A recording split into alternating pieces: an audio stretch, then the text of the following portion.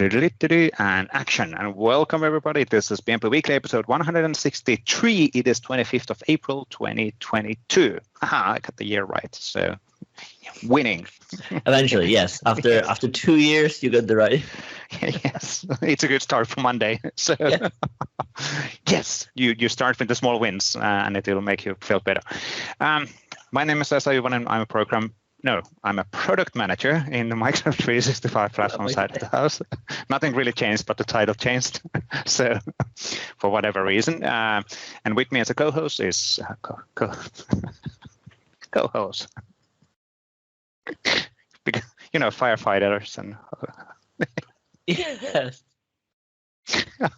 With me as a co-host is Waldek. So, who are you? Good day, everybody. My name is Waldek Mastykarz, and I am Cloud Developer Advocate for Microsoft 365 at Microsoft. Excellent. And in PnP Weekly, I always talk about the latest on the Microsoft 365 within the past week. So we collect the articles, and please use the hashtag PnP Weekly in Twitter as some to hashtags within your tweeting. So we will actually catch all of the awesomeness what people are writing. Now, we do have a visitor this week. Who is it, Waldek?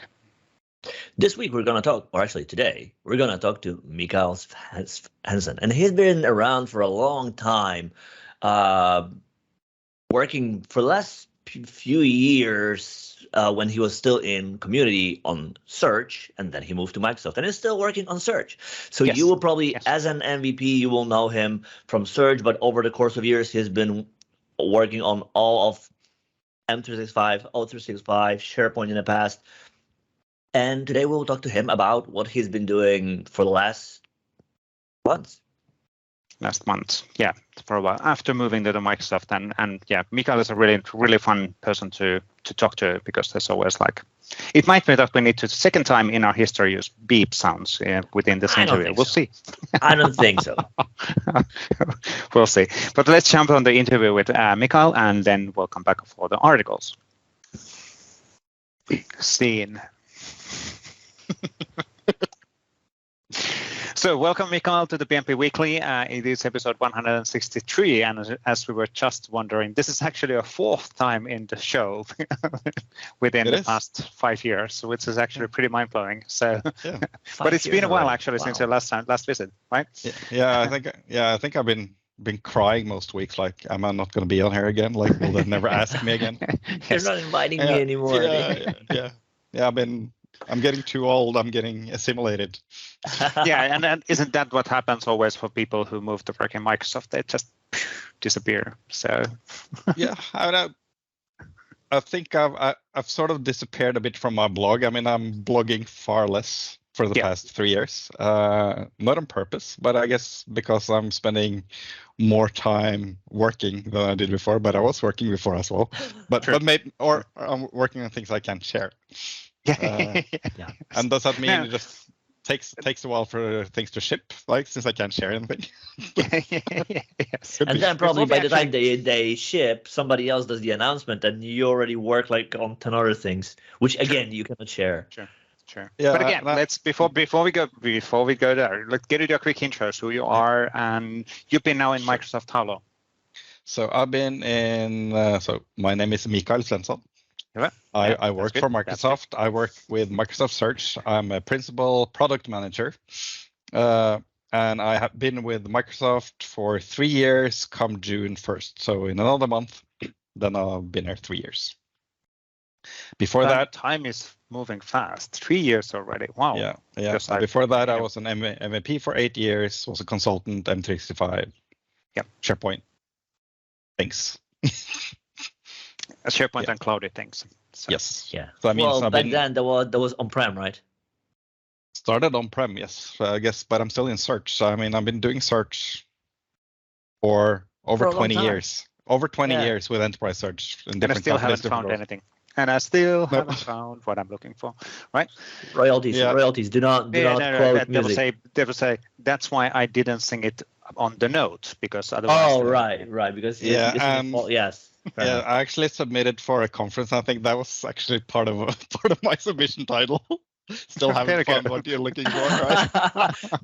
I can imagine that's not really the best way to pitch search. Unless you would talk about, the anti-patterns of search. Yeah, and then or how we can use the different features to maybe find something.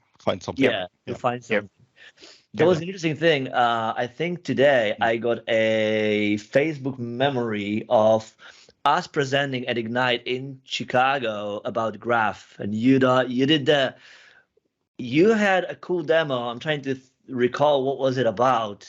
Collabograph. Yeah. So what was it?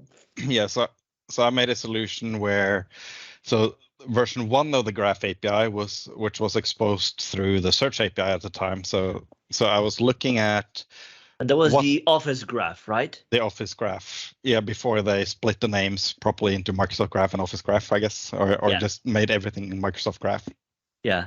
But I was looking at what documents are you working or collaborating with someone else on, and then how many documents are you working with them, and then how many edits and views, etc. So I sort of created this graph showing people closer to you, those you collaborate more with, and then the stronger lines, the more documents you collaborate, and then you sort of pivot on your view of the world. And I remember showing this to a woman at Microsoft Norway in the GSMO, and then just to test it out. And she looked at the graph, and then there was like this person in like sort of like an outlier, like a thin line far up in the corner, and said, "Well, yeah, I should collaborate more with that person, but I know why I'm not." That kind of insight is really invaluable, right? Like, it was kind of be able to get that. Yeah.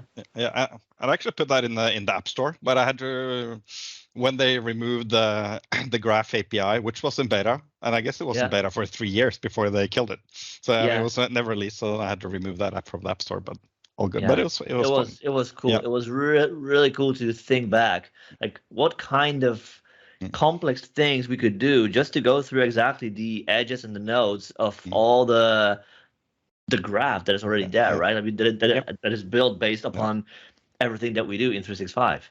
But I'm happy that you remember more, that I created a solution, not that I was wearing a cape and a lightsaber on stage. Whoa, so I remember that. I mean, you ran across the audience with it. I vividly remember all of that. Yeah, and I put a GoPro up on like further away from the stage. I could sort of look what this looked like. So I have my own edit. It's actually on YouTube, but I can honestly say that it feels a lot better wearing a cape and hood than it looks, because it looks very dorky. Ridiculous. Yeah, it looks ridiculous.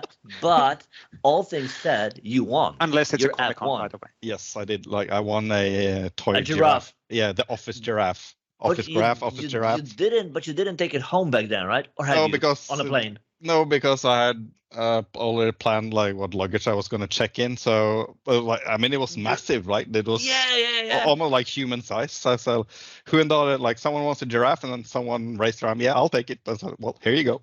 Yeah. That's now. Is anybody who's watching? If anybody is watching this who knows that they have that giraffe, it would be good to get the connection back. So where did it ended up going? So that would be actually really cool. Yeah. Yeah. Well, I mean, by now it's probably 3 meters tall. Yeah. So they grow. Yeah, they grow. Yeah. I mean, this was in 2015, I think, or something. Yeah. Should be all grown by now. Yeah, exactly.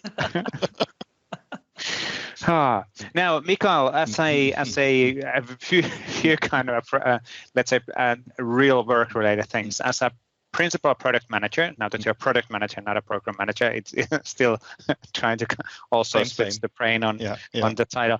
What do you actually do? What are you doing in Microsoft with that? Yeah, so the team Things I work which I cannot tell, right? No. So sending email.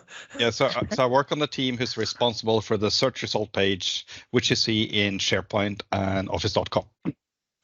So that's sort of the result page. And there's a separate team working on the search box. You would think that's the same thing, but it's not. They just have very close relationships because it's kind of hard to search without a search box. So yeah. So we're a dev team and a PM. API, right? Yeah. So we're a dev team and a PM team, and we sort of own different features on that page. Yeah. So the image vertical, that was sort of, well, I was the one enabling it, at least. So I didn't do the dev work. That was a different team. So that means the image vertical, adding the the contextual menu, so you can like download items or share them directly from the search page. That's a couple of the features I've been working on. I'm also trying to deprecate all the classic search SharePoint features like query rules, promoter results, not the features themselves, but the dependency in Microsoft Search for these modern search experiences. Just because they're so tied to SharePoint content, and we're moving beyond SharePoint content, it's getting all our other M365 items as well, like conversations, connector items. And that means technically, since this feature sits in the SharePoint content farm or in the backend, right, that means we can't easily just make it work for any other item, especially having the admin UX in SharePoint, because it wouldn't be SharePoint specific. So I'm trying to sort of deprecate some of these slowly. So I started that 3 years ago. So I wrote the document 3 years ago, and I'm like piecemeal doing feature by feature, trying to remove the dependency. Yeah. But I mean, so does that mean that we will see these abilities M365 all up, so that you will be able to have a query rule on something you search, and that applies to everything 365 you can find, as opposed to just the things in Docs? Yeah. Yeah, so for those who are not aware, so query rules work threefold, I think. So one is you trigger and you show a promote result or a best bet on top. So that feature has been moved over to bookmarks, but only at the tenant level, because it works in Teams, it works in Outlook, it works in Bing at Work.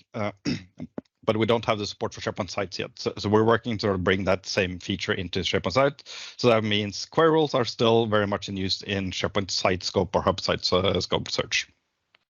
And then you have the other way where you can trigger something and then you rewrite the query. That feature has never been supported in modern search, and we likely won't bring it forward. There's other features which I think might be better, because typically you would maybe have a term and you want to expand to some other term, or if you write like PowerPoint, you want to scope down to PowerPoint. So we're adding some natural language features, some other features which sort of automatically would cover this for you, which makes it less work for you to set up. So we're not bringing them over in terms of that, and there's some targeting things in query rules. It's weird, and it's, well, I'll be blunt, like if you're an admin just using the UX to work with query rules, I mean you need a lot of coffee, you need a lot of time and a lot of coffee. Pay attention to commas. Yeah, and also like if you move beyond 5 or 10 query rules, it's just manageable. Right? So it's more of finding successor feature where they may make sense. So that means these features are not necessarily on the team I work with, but I like to sort of be opinionated and follow up on everything, especially in SharePoint, since that's my history, and I'm allowed to do that. Sort of, I mean, use your strength, right? Which is a good thing. Yep. So trying to sort of to make a coherent story. And about features being shipped, which you maybe not didn't announce yourself. So hub site search and defining sort of the technical things for the query or for the KQL in order to roll up and have that work. That was my first PM spec way back. Woo-hoo. And it probably took over a year or a year and a half or something before it shipped. And And I that's think part of the game as well, because then there's features which actually never ship, even being built and done, but then some of them do ship. And then... and it was also tied to the related hub sites work, right? So I think the SharePoint team actually forgot to tell us that they shipped related hub sites. So we were like one day after where we need to enable this for all the customers because now it's shipped. So the one that interests me, right? Like in the past at Microsoft, we would have this crystal thing, and for everything you would ship, you would have this little badge. Is there still equivalent of that nowadays? No, because like you ship so often, so much, so there's basically no more ship it awards. Yeah, so that means if you want an acknowledgement, you need to write the blog post and about it yourself, right? then you get an acknowledgement. Good job. Exactly. Pat yourself on the back. Buy yourself a cake at the office, right? I mean, any opportunity to have cake, right? So. Yeah, well. Now, can you actually, so that's kind of super detailed on the search side. For those who do not know what is a principal program manager, can you talk about a bit of how your day actually works? Product manager, Vesa. Product manager.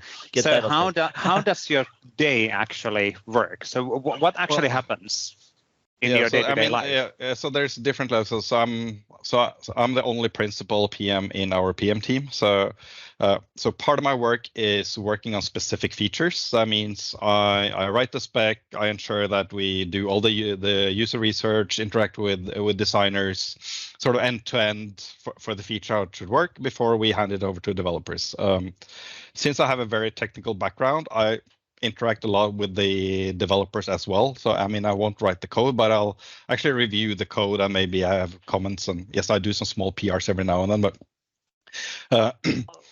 so that's part of it. The other part is overseeing partners doing features in Search, because we're just one small team, but the Microsoft Search V team is split across multiple geographies, countries, time zones, and even org. So we're not in the same org. I mean, so I'm in the FAST organization, which is in Norway, which is under, I guess, experiences and devices. But then you have other teams which are under other organizations, but we're still working on the same thing. So paying attention to what the partners are doing, because they need to light up their things in our UX, right? So we own the UX. So ensuring that everything meets the quality bar, the product bar, all instrumentation is in place, just verifying end to end that everything works before experimentation starts, and then aligning, okay, are there any experiments which can't run at the same time?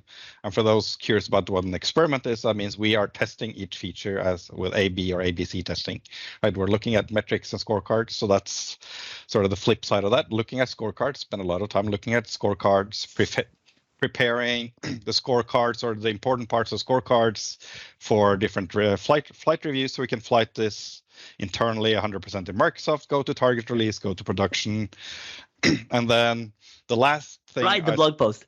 Yes, and write the blog post. Yes. Yes, and I also spend a lot of time for at least this half year for bringing Microsoft Search features out to the sovereign clouds. So that means So what's then typically called GCC moderate, GCC high, Department of Defense, etc. So there's some other clouds that have the normal production, where there are other compliance things which has to be covered. And I'm also the compliance champ, sort of on the UX team. So I'm pretty busy most of the day. So I guess my the hardest part is organizing and setting up time blocks for everything. Right? Is that like meetings, emails, chats? Specking across the whole board. Yeah. So it's, I think, like Tuesdays, that's my meeting day, where I have meetings from 8 in the morning until 9 or 10 in the evening. And typically it's like half hour, 45-minute syncs, and then maybe some space in between. But 11 or 12 meetings on a Tuesday is not uncommon. One thing you mentioned a few times is UX. Yes. If there's one thing that people on 365, SharePoint particularly, are passionate about, is changing UX beyond anything you would recognize. Yes. What's your philosophy to UX on search and customizing and extending that and drawing the line between things that we want to at Microsoft offer turnkey versus where people can go really berserk and change anything they want in the wildest dreams? And that's a super challenging thing to cover. So the product me think, well, okay, we should control the UX fairly, have a good opinion on what you can do and what you cannot do. That means, okay, we own the UX. We might give you some affordances, like we are starting to do with adaptive cards for at least the connect results. This in target release, you can also do some of the SharePoint items. So it is opening up, right? But allowing full flexibility is a challenge when you move out of SharePoint. And since our experience is not only in SharePoint, it's on Office.com, it's in Microsoft Search and Bing. I mean, we have a close relationship with the work vertical on Bing, and then using the same UX components, like from a code point of view. And then, the Windows search box, right, which is driven by some of the Microsoft Search. So if you want to have consistency across clients, you need to lock down. Of course, then you have the other community Mikael, running the PnP Modern Search project. Which is one of the follow-up questions. And right. Where you have full flexibility, and you can do your own HTML and CSS, which is locked down by default, but you can do custom web components using the SharePoint framework, and that means you can do any you can do anything you want. So what's the better balance, right? And there's a lot of small customers and large customers. They want to do customization. I mean, they want to customize like this tiny piece, like have some context into the search results, and it's finding that 99.9% balance where you can keep the out-of-the-box functionality and then do your own, or maybe because if you do your own, it's easy to lose your out-of-the-box, and that's where if you do a fully adapted card, you can't do the action menu we have, right? You can't invoke the sharing dialog because there's all these things. So it's not an either or an easy answer. It all depends, and I love having these discussions with customers and internally on the team as well, because I guess my manager, I mean, he would like to lock everything down because then it's all predictable. The UX is predictable. We can run all our experiments in a predictable manner. New features, right? Yeah. You don't have to think about a random thing coming in and breaking the UX, because it's very easy to create a crappy adaptive card with 5 columns and 10 rows, which will not look good if you just interleave it with all the other results. But and then, but should we care, right? Should we trust the customer to do the right thing, or should we have some controls in place? So I don't know. It's both. Yeah. Yeah. So. Which is interesting discussion for sure. So can you a bit elaborate? You mentioned the open source search thing. That's something where you've been actually super active within the past years as well. And pretty recently you released a new version together with Frank Cornu on the search web part. Can you do a quick intro? What are those? Why do they exist? Isn't Microsoft capable of doing a cool UI? So again, SharePoint 2013 on-prem, when that got launched, had huge flexibility in terms of UX and the query rules and results. So like it was a super rich feature set, which took years to master. I know Waldek's been dabbling with this as well in his past. A little. Right. And then when SharePoint Modern came out, I guess online, I guess that was 2016, the first release. Yeah.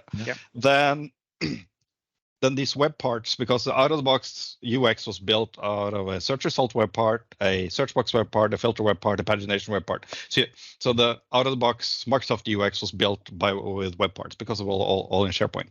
When Modern came, the Modern search result page was created as a monolithic React app, and then these web parts were not being made. So you have the highlighted content web part. But then people used to SharePoint 2013. Well, they wanted to do the same customization they did in 2013. And that's when the PnP Modern Search web part started as a sample web part and sort of grew and grew and grew. Version 3, and now we're at version 4.8, I think, right? So we're adding new features. So sort of replacement for these search web parts you had in 2013. And then, so I think I wrote a blog post some years ago where some Microsoft Search versus PnP, and then my take is that they are very rich roll-up web parts. Use them for specific scenarios. If you have like a content vertical or a horizontal scenario you want to solve, I think that's where you should not use them to replace out-of-the-box global search. I know a lot of people do that because you have all the web parts. Flexibility, but you won't have the same richness and all the same features as we have in the first party experience, just because it's not exposed in the APIs. If we were to expose everything in the APIs, sure, you could rebuild everything if you want to do that. So I think it boils down to return of investment, like to go one way or the other, but that's why they exist. I can't share how many tenants, but they are used by a lot of tenants and a lot of big tenants. Actually use them internally in Microsoft as well. So where they take the code and fork it and then lock it more down, so you can't have random templates, just to ensure that there's no security breach happening. I was just actually that was one thing what I was doing. At the same as we're chatting, I was checking the latest statistics, and yes, they're used in thousands of tenants and hundreds of thousands of users within March. So they're widely used. Yeah, so. And they are production ready. So, yes. I guess the quality is good enough so for people to use them. And I think the most interesting part is I think it was probably maybe a year ago. So we started getting requests to add more accessibility feature. So for screen readers, etc. Because, well, if people who contribute didn't have those requirements, they didn't add it.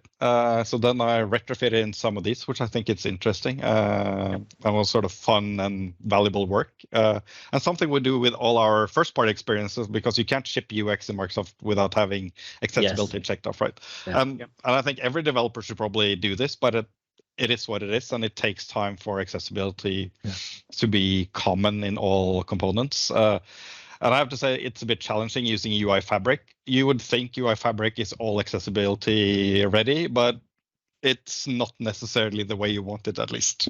So this is a bit challenging adding all the pieces in there as well. But it's that's fun. And another thing you mentioned are APIs. Now, if there's another area that our partners are really passionate about, are APIs and having access to APIs and us exposing the logic, the insights, the richness of everything that we have to offer on Microsoft 365 through APIs. Where do you stand on that? Because you mentioned, well, if we were to offer everything on it or expose everything on APIs, people could achieve the parity with our experiences. But apparently that's not the case. So where do you stand on that? I mean, I don't think we will ever expose everything we do. I mean, anyone can open their network tab and look at whatever search query we do to our internal API. But we have a lot of so we're sort of scenario based. That means if you're in SharePoint site or if you're on a specific vertical, we're sending parameters, sort of those UX paradigms, which means something at the API end. Like so we sort of have some of the UX capabilities passed in as a parameter, and then something happens on the back end, right? In a pure third-party API, you can't have that because you don't really have a UX paradigm. So that means, what should that UX paradigm be? That means you would just have to build that into your application and then pass in whatever logic should happen. So that piece, I don't think will be there. So I think, I mean, if you set up connectors today, so you will see connector results. So you might get some like a result cluster with connector results. You can do the same thing with API, but you would have to put that cluster in somewhere in your result page yourself. But I do think we should expose as much as we can in terms of functionality. I think that makes sense. And I mean, I love APIs. I mean, we're using the API on the PnP Modern Search project. I also think it's easier if you build first-party APIs as third-party APIs. It makes it easier to manage and have full control of it. You get a better life cycle for it. And I'm involved in some API specs right now around search, and then they will end up in the graph somewhere, right? And then we'll have to see how they will end up. So some admin APIs around search, because if you can do something in the UX, well, you should have an API so you can automate it. That's just how people, at least in SharePoint, right? So that's where SharePoint and sites and hub sites come in, because, well, people customize. So and the customization is a huge partner opportunity, which is then a massive growth opportunity for the platform again. So it's a win-win story. If you build if you provide an API for your service, then other people can build offerings on top of your service. So you're not only selling you as a product, but you're selling you as a platform as well. So so that's sort of, if you look at an end-to-end thing, that means if you want something to light up in the UX, which is controllable, well, that means you need to build the admin UX, you need to have an admin API, and then that admin API have to persist a setting somewhere, which is then read when you do the user query, right? So it's sort of the end-to-end scenario. It's quite a lot of teams involved and different backends where all this should happen. But it's interesting to see how it all works, and then making all the dots and then making all the connections so it actually works end-to-end. Yeah. Now, last question related on the from a product side, because from a timing perspective we need to close pretty soon as well. But how do you, so as the Microsoft principal product manager, now I'm asking almost a question to myself, but you want to tip, in other words? No, how do you explain for external audience how do you control? How does this work? There's a new feature, and then there's so many organizations, and then how do you get anything shipped? How does the web actually work? Because I'm with the web, I mean the internal network and connections inside of Microsoft to make things happen. Because you were saying also that there's so many connections between the organizations, and then that can probably cause friction points and dependency points. But wouldn't it be then better to have less organizations and more organization, or what? I think there's pros and cons. I mean, if everyone working on the product was sitting in the same building or at least in the same time zone, maybe it would be more efficient just in terms of, okay, let's create some timelines. This is what we want to do, and then build it and ship it. But then again, I think having multiple teams with different backgrounds, getting the diversity aspect in, so different cultures, and then more people involved actually makes the product better. Because so if everyone was sitting in Oslo in Norway, we're still a diverse bunch with it, but we're not as diverse as we are when we include people from China, from India, from the US, and other places in Europe as well. And then having people who's worked a short time in the org. So in Norway, since we don't have that many development teams, I mean, it's fast. So we work with search people and feed. That means you won't jump that much around, right? That means the people I work with search in fast in Norway have been here for a good long time. And then you do get, I mean, I have my bias as well. I'm very much aware of all my bias just for my 20 years working in this field. But then getting, I think it's worth taking longer ship cycles and coordinating more every quarter or every semester with other teams to actually agree, okay, let's do this, even though we have to get some 4 or 5 teams involved to make this happen, because you do get more viewpoints, and it ends up as a better product and solution. Would I like us to ship faster? Sure, but we're constantly working on improving the agility. So maybe we can do some technical things, right? So we can get bits or the code quicker out into production to customers, but we still need to run the experiments, which takes 1 or 2 or 3 or 6 weeks, depending on the features. Yep. You can't really cut down on the experimentation cycle, but maybe you can improve some of the other cycles, sure. But that's something we do retrospectives, and we get better and better, and there's new team coming up, and then you work more and more with some teams, so you get closer relationship, and then things are more smooth, like any other development team. I mean, the first sprint for a new team where you don't know anyone, not so productive, right? If you look at sprint 15 with the same team, maybe a lot more productive, right? Yeah, so true. And it's the same thing in Microsoft, and then you have reorgs, so teams change, right? So there's constantly some friction between a team moving over to something else and someone else taking over, but yeah, you just have to get used to it. Yeah, and I think I've largely gotten used to it. I mean, I still want to ship. I want to ship as often and as good as possible. Yeah. But you need to have line of sight, like more than a month or 3 months, right? True. And patience, and kind of like, no, we'll get through this, and this is good. And then, and also, like you were saying, accepting other people's opinions and getting their input is super critical. Because again, if you only target from a one dimension and perspective, it might not fill the full need of the product or the service. And ensuring the accessibility reviews are done and everything meets the bar, the security reviews, the privacy reviews, the compliance reviews. Yes, they might be boring, but as I'm getting older, I think, I mean, this processes is actually more fun than maybe the actual coding. I still love to code, but I love process and people more and more.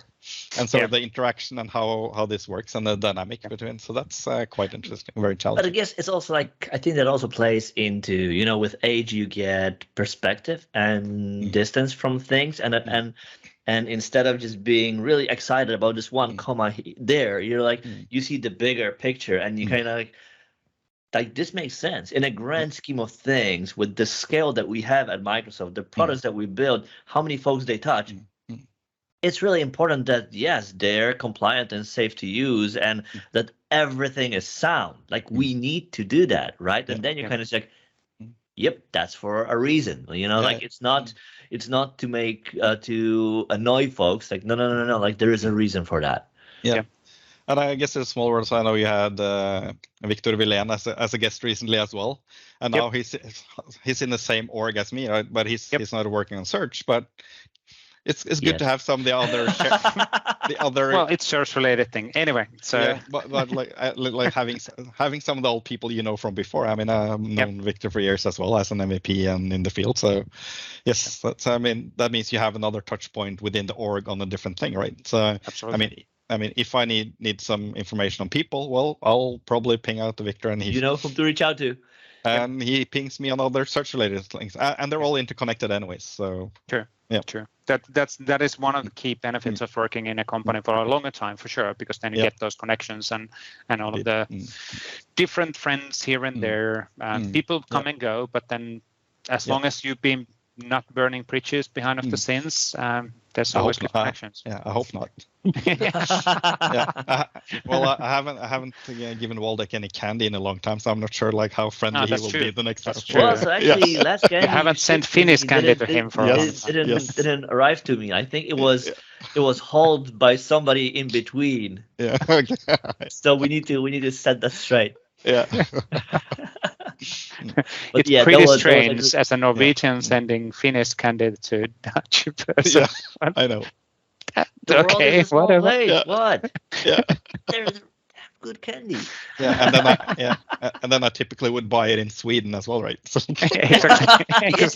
Which makes perfect sense. Yeah. It is a small world. It is surprisingly smaller world for sure. Anyway, thank you, Mikael, for joining. So really cool discussion. Good to catch up. We'll probably get you on a show in the next 5 years for sure. So for the time of appreciate you having me, and love being here. Yeah, always. It's always good to catch up, and well, we meet pretty much weekly basis anyway. But it's good to hear the work side of the perspectives and what are you using and sharing that with the larger audience it's important. So I guess one of the benefits of this discussion is also to teach people on how things work in Microsoft as well. So and understanding the important aspects like humans first. It's just human connections. So. But thank you, Mikael. We're gonna jump next to the weekly articles, but I think we're done with this one. Thank you. Thank you. Thank you, Mikael. Bye. Bye. And thank you, Mikael. A really cool discussion and great to catch up. Well, even though we actually have multiple meetings throughout the week as well. So, but it's good to catch up on what has actually happened within a bit more larger perspectives from a time perspective. So really cool stuff. And it's actually awesome to see how we keep on investing on the search, because that's obviously a big thing for enterprise. Well, it's quite crucial thing in the enterprise information world. It's a big thing for everybody. You want to be able to find back your people things you worked on. Users and data and everything. Yes, exactly. But now let's jump on the articles of today and then talk about other stuff after that. So let's jump in there and let me share my screen. There we go. And you can see my screen. I can see your screen. We can. Cool. Hopefully the recording bot can see the screen as well. Yes. Yes, there we go. So somebody just confirming. Cool. So it's good to know. If it doesn't say yes, then nothing, then we assume that it's yes. Now, so we wanted to start from a Microsoft Teams blog. There was an interesting blog. It's more kind of a technical side of the house, not necessarily on that it actually impacts most of the Microsoft 365 users, but there's actually an interesting dimension on this as well. So walkie-talkie in Microsoft Teams is being integrated with Kyocera 5G Rocket smartphones. And these are the smartphones which are targeted for the frontline workers. So people who are working, for example, in the manufacture, in the building houses and building apartments and offices and all of that. And this way they can really easily then communicate between each other just by click of a button directly in hardware. So it's actually kind of a cool setup for sure for that. Not a massive extensibility options, but again, more a technical nuance on things, how we were investing. Really cool stuff. Now, this one then was on the IntraZone podcast. Exactly. So we have another episode of the IntraZone, and this time it's about optimizing SharePoint performance. And this time Mark talks to Shyam Harayan, who is PM on the ODSP team, caring about SharePoint running smoothly and as quickly as it can. Yeah, there has been a lot of investments on this side of the house. So it's one of those things where it's not necessarily super visible, but then stuff gonna get served faster and faster and faster, and then we have the caching and list and libraries and all of that relates on this discussion. And it's really cool, cool to see improvements in this time. Exactly, and it is this one of these things where, when done correctly, you don't see any of it because things just work, and you see everything in an instant. Yeah, you know, so it's kind of this odd thing that, well, you've done all the hard work, and then people are like, well, it just works, and people like don't even give it a thought because of the scale and improvement, because things just work and they move smoothly from one thing to another. Yep. And that's because all of the hard work done behind the scenes, right? Yeah, exactly. It's not a new shiny UX button which does magical things. It's magical things happening behind the scenes. And we need to remember that the scale of SharePoint Online is just out of this world. So it's just petabytes and petabytes and petabytes and petabytes and petabytes of data being served across the world for hundreds of millions of monthly active users. So it's really cool to see that we're investing. And of course, we need to keep on investing in here as well.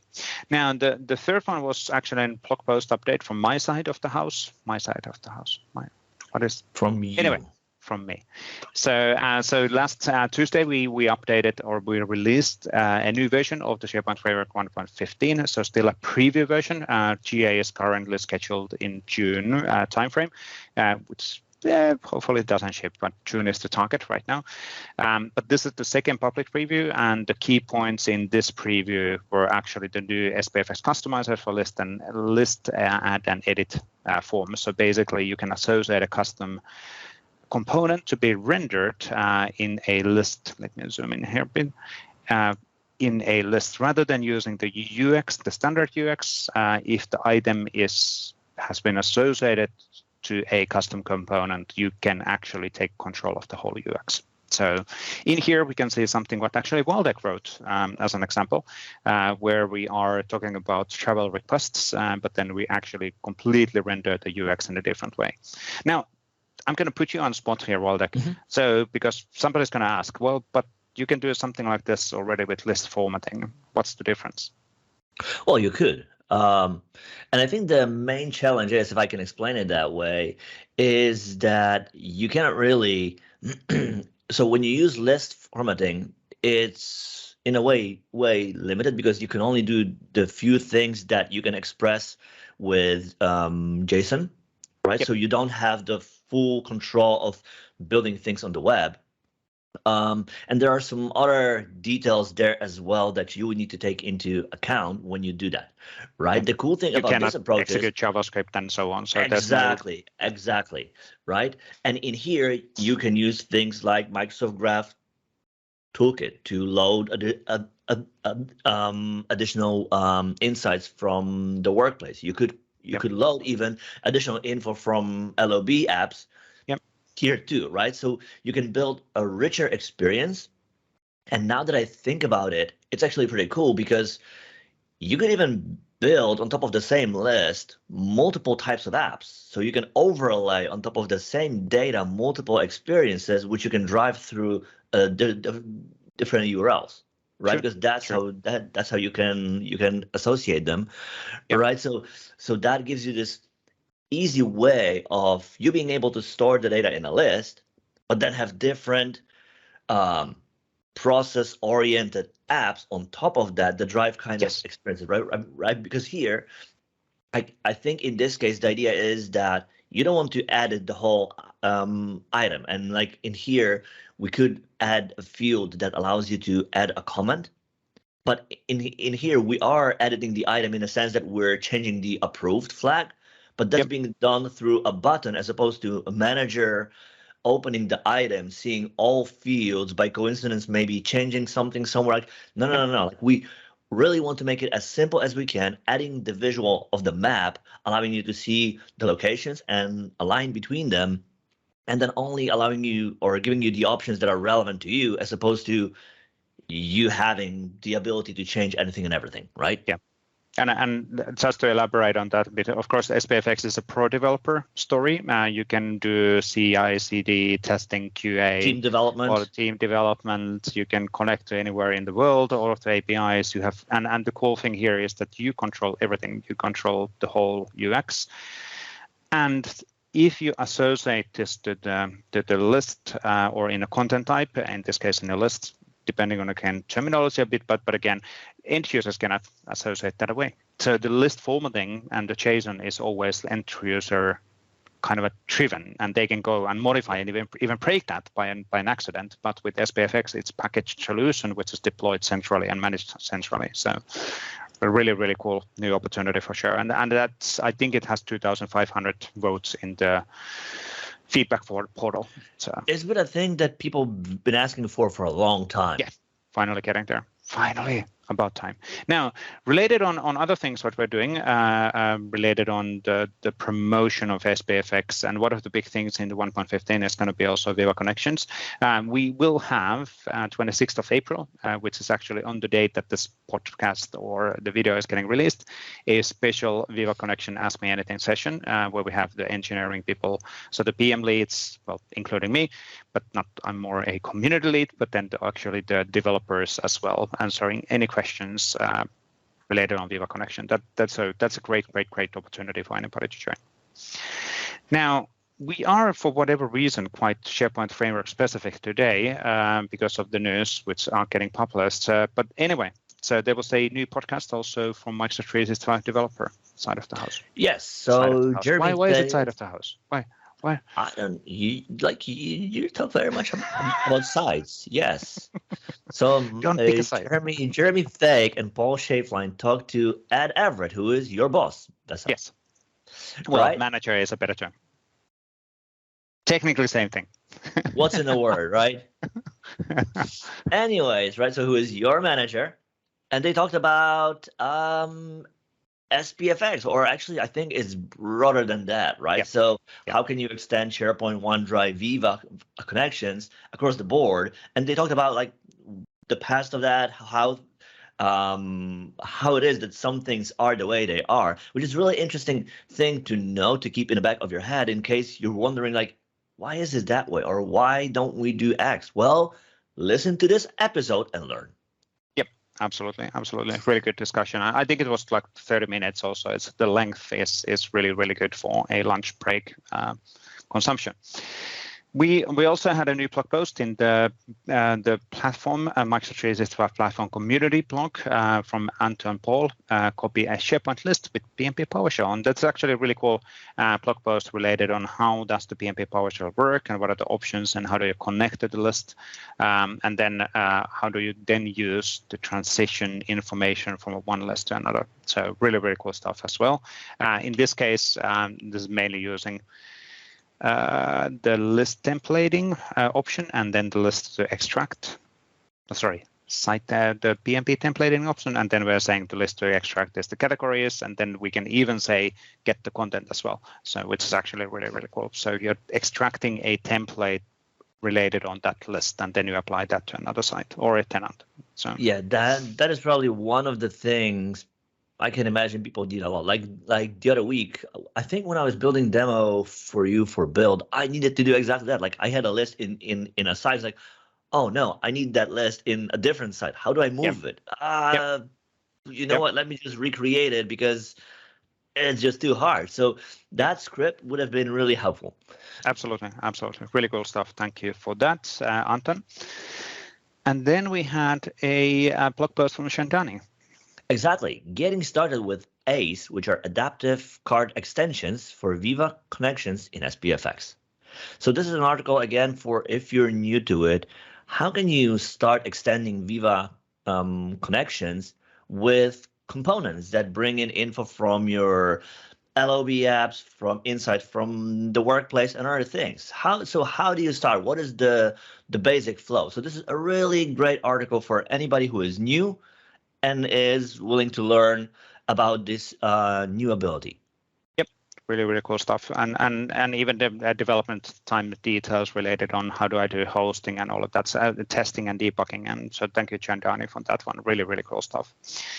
Then we had something really interesting on there related on Azure Communication Services, which is basically the services behind of the Microsoft Teams. So kind of there's the Microsoft Teams, which is the SaaS service and the UX, but then behind of the scenes, it's Azure Communication Services, which is powering the teams to do the call and chatting and all of that stuff. And the ACS also provides this option where you can actually take and integrate Microsoft Teams to an external application. So you can actually then imagine that you have B2C, business to consumer side discussions in a video calls, all of that stuff, doctor visits and all of that. So you can easily do that kind of things. And they have a new set of controls available, which will make it easier for making that integration to happen. This is really, really great direction, so to say, that we are actually providing reusable controls this fast for this capability. So, well, and I mean, it makes perfect sense because at the end of the day,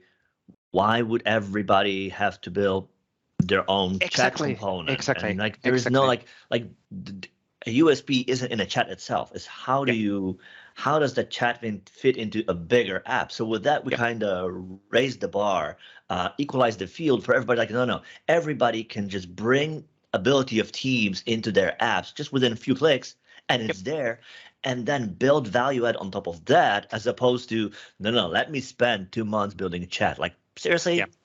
Yep. Why? Absolutely. We have the chat engine already in Teams, so why not actually take usage that one? Yeah. Now, this one was from Lorenz Trent. So, exactly. When you join a meeting, maybe you prefer to stand.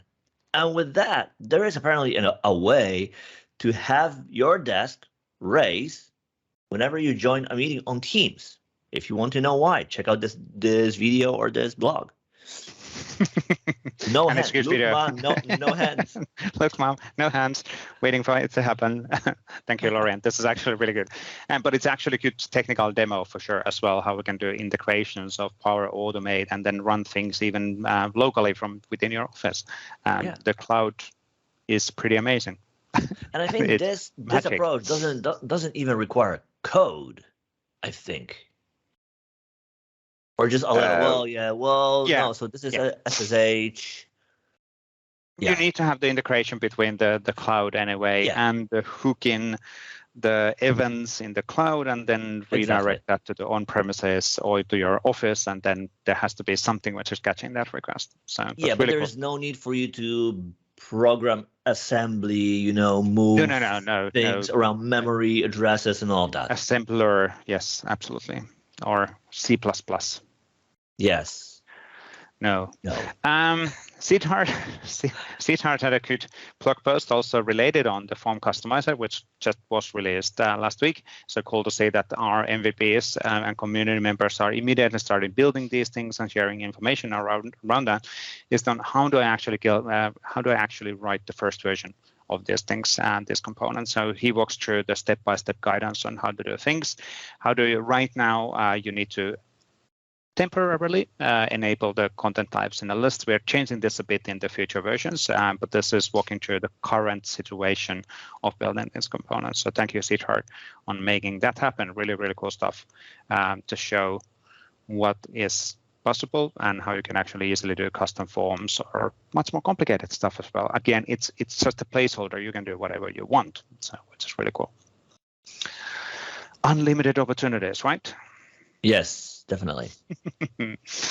Michael Malott had part 3 on his series on SPFX Devops. A lot of SPFX this time. Exactly. So he goes in depth again about DevOps in the context of SPFX. So about things like CI/CD pipes. How can you bring in automation to your builds, right? How can you ensure that you don't store credentials? So all of the things that you will come across when you build SPFX apps or apps using SPFX with a team and not by yourself clicking and doing a release, right? So these are really invaluable articles that go really in depth and are just a must for every team. Yep, This is really, really detailed stuff. So thank you, Michael, on that one. And there's a three series right now on the blog post series. There's 3 articles in this blog post series. That made sense. See, I'm learning English. I'm getting better. Yes, these Mondays are good. Anyway, so then we had a new extension, Visual Studio Code extension from Adam Wojcik, a CLI for Microsoft 365 extension. So basically helping with extension snippets to do operations in the CLI. I can't zoom in that too closely, but basically, let me try to do that in the, there we go, in the live Zoom.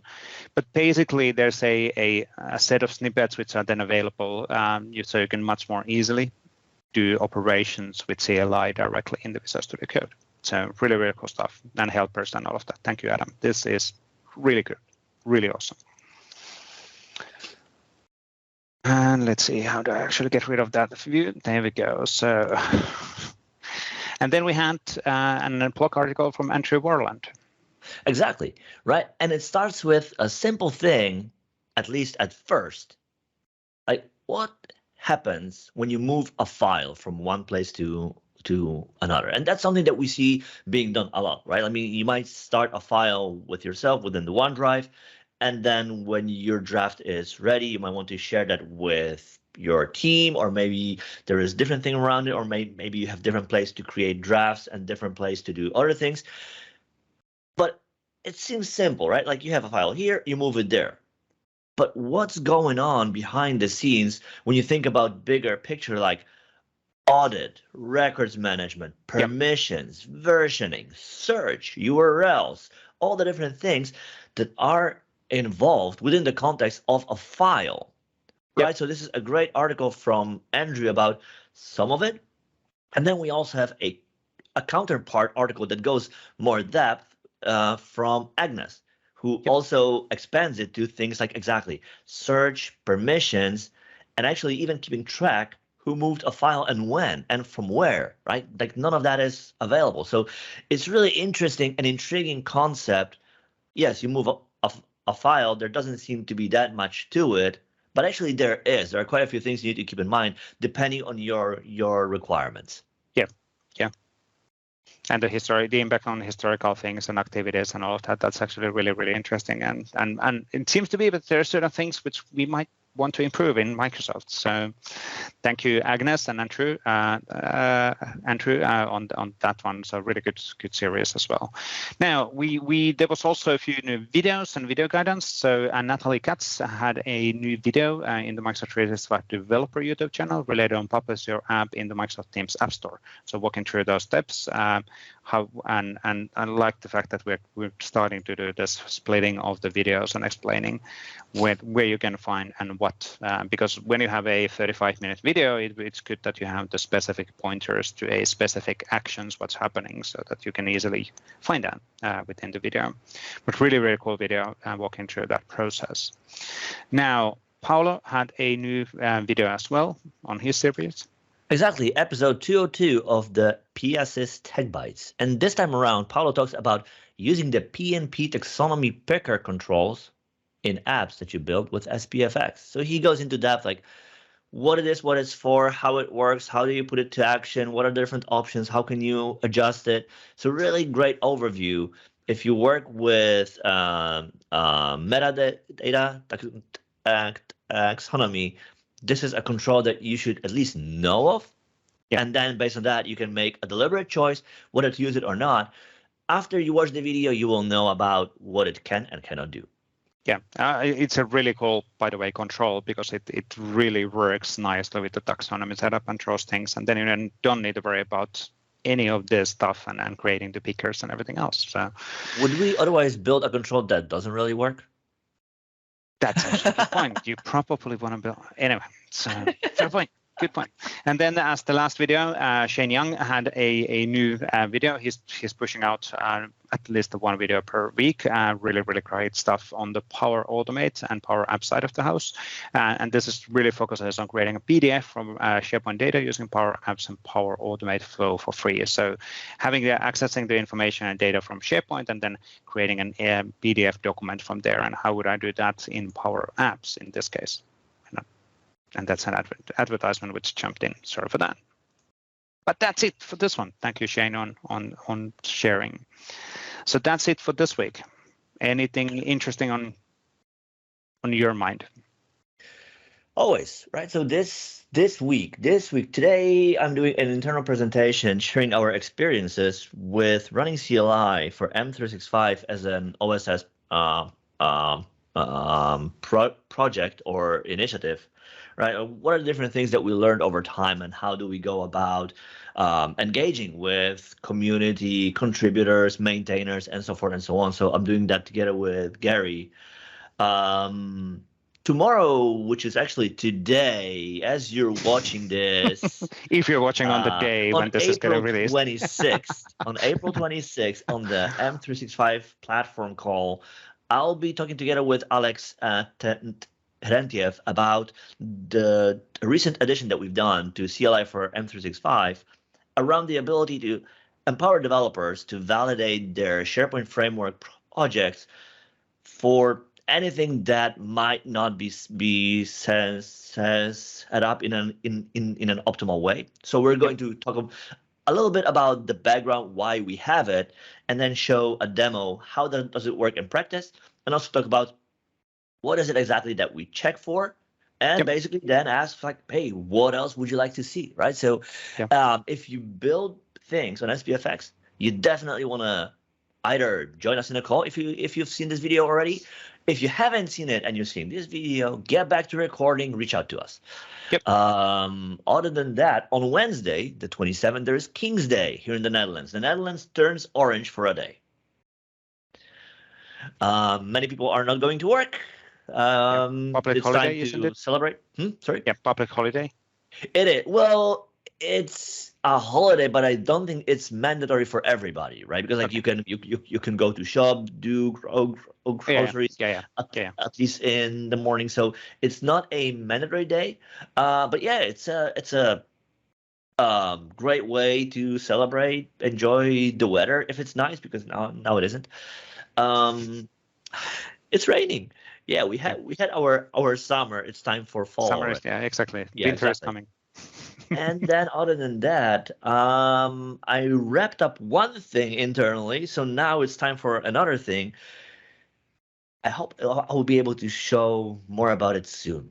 It's something that we really, it's just, these very much internal things. Like, we kind of think about the idea that in M365 platform, we offer so many things, right? From types of apps you can build and everything involved with it, with like tooling, SDKs, resources, and so forth and so on, all the way to where do you look for info and what is the right place to share feedback and input, right? So how can we make it easier for people to find their way through all of that, right? So I'm working together with a few folks on something that might potentially help, and I hope that we'll be able to have something to show soon. Yeah, makes perfect sense. For my side of the house, it's why is it the side of a house? What is wrong with this? It is you have a house and it has two sides, and there is your side of the house. Jeez. Anyway, so but yeah, it's build week, so basically that's been the focus now, that we're gonna do the recording today, and then we can actually clear again the agenda on what are we gonna do next. But of course, there's a lot to be done in the community doc side of the house and improvements, and there's quite a few community calls coming again on this week and so on. And I'm going to take Friday off because I'm planning to go to a longer trip on a come on the rollerblades. Not on rollerblades this time, on the stand-up boat. SAP. One of those. Paddleboarding. So yeah, stand-up paddleboard. SUP. It's a SUP, right? Paddle. Yes. It's a SUP. It's actually, you book a day off for something like that because, of course, it's been really sunny, and no windy and nothing. And now you're looking at the forecast. It's like, this is going to be horrible. It's going to be snow and hail. You will have 3-meter waves. It's probably going to be 5 degrees, which isn't that much, but it's okay. I have a tri-suit. Yeah. So what is the temperature of the water? Well, that's 4 to 5 because we just lost the ice. So. Oh my God. But it's not like you're doing that in a shorts. I have a tri-suit for doing that. So yeah, but if you fall, it won't be dry anymore. Well, the tri-suit will keep me dry, but yes, the water is still cold. So yeah, you will still be cold. You will be dry and yet cold. Yes. Anyway, so let's see if I will be able to make that happen, but crossing fingers. So. Exactly. So next week, we might or might not have a recording, depending how well it goes. Yes, exactly. We'll see. Anyway, thank you, Mikael, one more time joining us for this week. Really, really cool discussion. And thank you, Waldek. Thank you, Vesa, for being a co-host on the show. And we'll be back within a next. Oh, maybe we'll be back in the. So I have a weird set of genes, so I haven't been sick since 1996 or Don't whatever. Jinx it. So, Don't jinx it. I know, but I'm kind of tempted to jinx it already because it's now. I was just yesterday thinking it's 2022 and I haven't had single sick days. COVID. You had COVID, but no, but I wasn't. Well, fair point. I had COVID, but I wasn't sick enough that I felt that I would not be working. So. Yeah, but it's grit. It's this Finnish grit, sisu. It's like I'm sick. Okay, so what? I'm just gonna go through it. Yeah. And of course that sounds a bad thing. If you're sick, please be sick. Take time off and all of Don't that. Be Vesa. Don't be like exactly, Vesa. Exactly. Well, I've been blessed with a good genes related on not actually catching anything in a bad way. So for now, jinxing. Jinxing it. Don't jinx it. Don't jinx it. Anyway, thank you, Waldek, on this one. Thank you, everybody who's watching or listening, and we'll be back within a week. Cheers. Bye.